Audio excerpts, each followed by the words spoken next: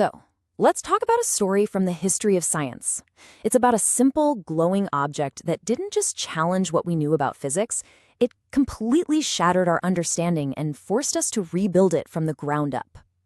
Okay, picture this. It's the year 1900. The world's top physicists are feeling really good about themselves. I mean, they're confident they've pretty much solved the universe. But there was this one little problem. This one nagging, stubborn mystery that just wouldn't fit. And it turns out that one little mystery was about to blow a hole right through the entire foundation of what we now call classical physics. On one hand, you had this incredible sense of certainty. Newton's laws of motion, Maxwell's equations for light and electricity, it all just worked perfectly. But on the other hand, you had this really annoying question. When you heat something up, like a chunk of metal, it glows. Why? And more importantly, why did the colors and the brightness it produced make absolutely no sense according to their perfect equations? The numbers just didn't add up, not even close. So to figure this out properly, physicists needed a clean slate. They came up with this theoretical concept called a blackbody. Think of it as the perfect test subject.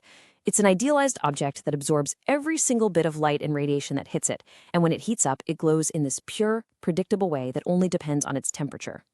It was the perfect, simple case to try and crack this problem. But here's the thing.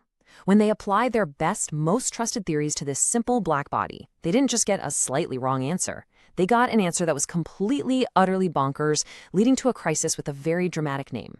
You see, the best equation they had at the time, called the Rayleigh-Jeans law, worked okay for the longer wavelengths of light, down in the red and infrared part of the spectrum.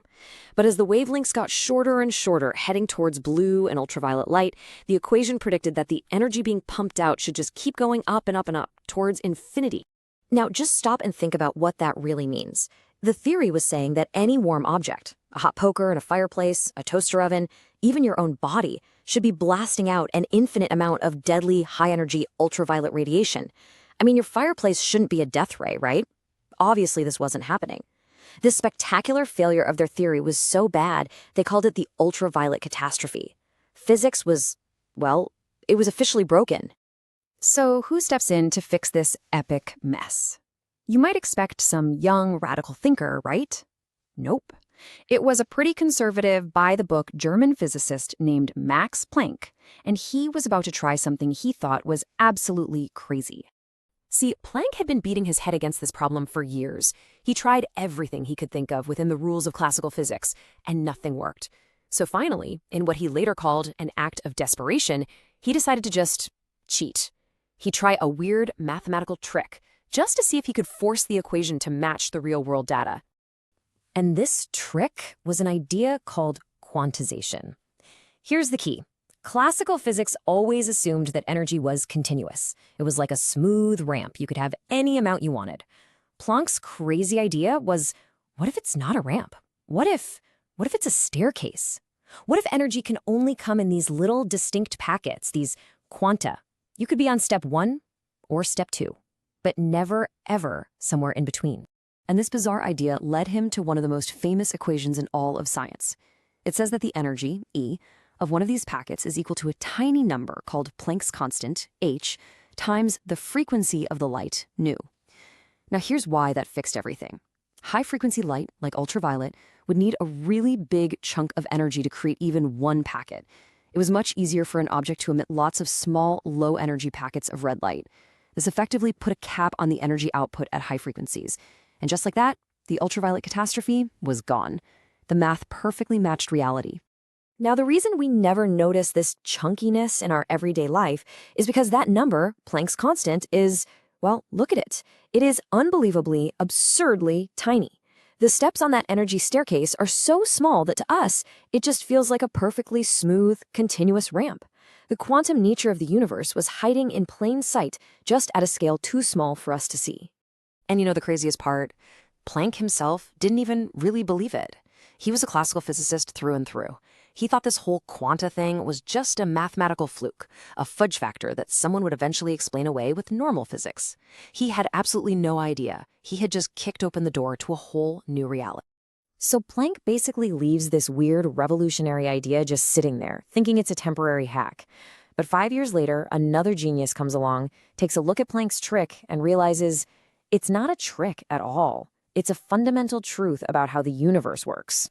And that genius was, of course, a young Albert Einstein. In his famous miracle year of 1905, he was working on a totally different puzzle called the photoelectric effect.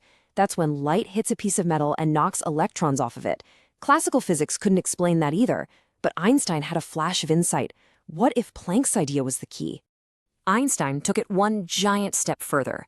He proposed that it wasn't just that energy was emitted in packets.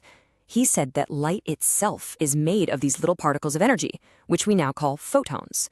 And with that one idea, he perfectly explained the photoelectric effect. This was the proof.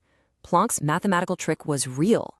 And after that, boom, the floodgates just burst open. Planck's reluctant discovery started a chain reaction.